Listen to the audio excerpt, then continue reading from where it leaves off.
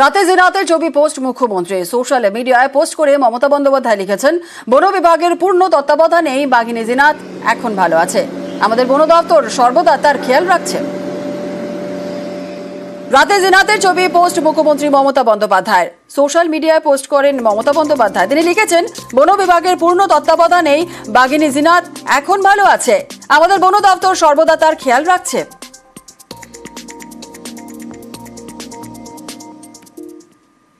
কখনো যেমনি কখনো একটু জিরিয়ে নেওয়া। ব্রেকফাস্টে ছিল মাংস, কিন্তু সেটা মুখেই তোলেনি, খেয়েছে শুধু ওআরএস। আলিপুর পশু হাসপাতালে চিকিৎসকদের পর্যবেক্ষণে রয়েছে, জিনাত ভালো আছে। রাতেও ভিডিও পোস্ট করে জানালেন মুখ্যমন্ত্রী।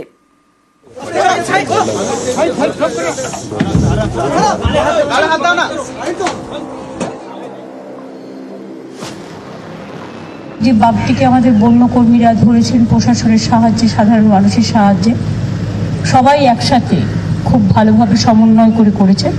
বাঘটি ভালো আছে, সুস্থ আছে এই পর্যন্ত আর কি।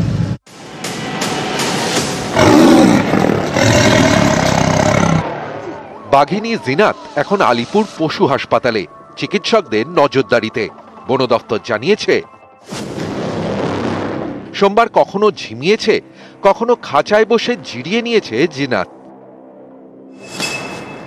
এদিন সকালে মাংস খেতে দেওয়া হয়, তা ছুঁয়েও দেখেনি বাঘিনী জিনাত। খেয়েছে শুধু ওআরএস, কোনো ওষুধ দিতে হয়নি। জিনাত সুস্থই রয়েছে। অ্যাপারেন্টলি কোনো ইনজুরি নেই, অবজারভেশনে রাখা আছে, বোঝার চেষ্টা হচ্ছে যে কিরকম আছে। আজকে সে সকালে খায়নি কিছু, চিন্তার কিছু নেই, কারণ সে যথেষ্ট পরিমাণ ছাগল এবং শুয়োর খেয়েছে এই যে কদিন পুরুলিয়া বাঁকুড়ায় ছিল। রবিবার বিকেলে বাঁকুড়ার জঙ্গল থেকে ধরা পড়ে বাঘিনী জিনাত। ঘুমপাড়ানি গুলিতে কাবু করা হয়। রবিবার রাতেই তাকে আনা হয় কলকাতায় আলিপুর পশু হাসপাতালে।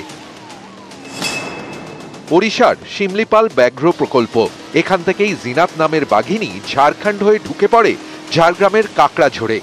সেখান থেকে দুয়ারসিনি হয়ে পুরুলিয়ার বান্দোয়ান। এ জঙ্গল থেকে ও জঙ্গল দীর্ঘ পথ পাড়ি দেয় জিনাত। ছুঁয়েও দেখেনি বন দপ্তরের রাখার টোপ। শেষমেশ বাঁকুড়ার জঙ্গলে ঘুমপাড়ানি গুলিতে কাবু হয় বাঘ।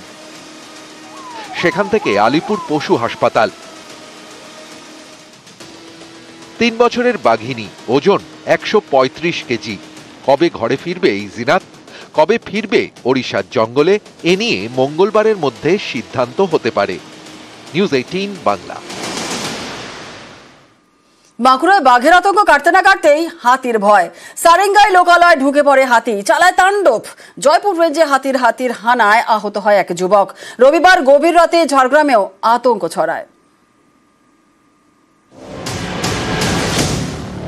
রবিবার বিকেলে বাঁকুড়ার গোসাইডিহিতে বাঘবন্দি, ধরা পড়ে বাঘিনী জিনাত।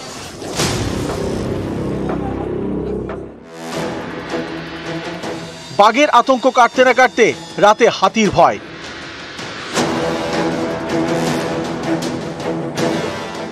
সারেঙ্গা দক্ষিণ বন বিভাগের বাদামপাড়া।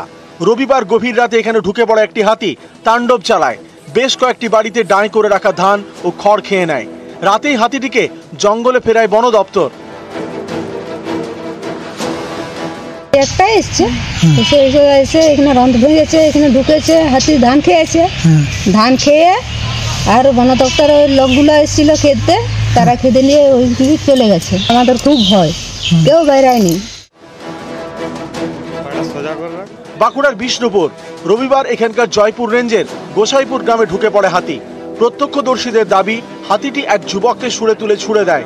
গুরুতর অবস্থায় তাকে নিয়ে যাওয়া হয় হাসপাতালে। তাই হাতি বেরোয় আর কি আমাদের ওদিকে। বলগাঁওর দিকে বিকালে যেরকম হাঁটতে যায় সবাই আর কি, তো সেরকম গিয়েছিল। হঠাৎ করে হাতির সামনে পড়ে যায়, হাতি ছুটিয়েছে আর ছুঁড়ে করে ফাঁড়িয়ে একটাই ছিল। বন দপ্তরের দাবি, বাঘ ধরার জন্য জয়পুর থেকে রানীবাঁধের জঙ্গলে চলে গিয়েছিলেন বেশিরভাগ কর্মী।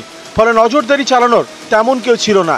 সেই সুযোগে ঢুকে পড়া হাতিটা তার রুটেই ছিল, আর রুটের পাশে একটু হয়তো নামতে গিয়ে হয়তো ধান পেয়েছে, সাইডে বেরিয়ে গেছে। ওই আহত ব্যক্তির পাশে থাকবে বন দপ্তর? একদম আমরা আছি ওর পাশে। ঝাড়গ্রামের সাঁকরাইল। রবিবার রাতে এখানকার শানকুন্দ্র জঙ্গল লাগোয়া এলাকায় ঢুকে পড়ে 3টি হাতি। তাদের তাড়াতে আগুন জ্বালানো হয়। সোমবার ভোরে 3টে হাতিকেই ফেরানো হয় জঙ্গলে। নিউজ 18 বাংলা।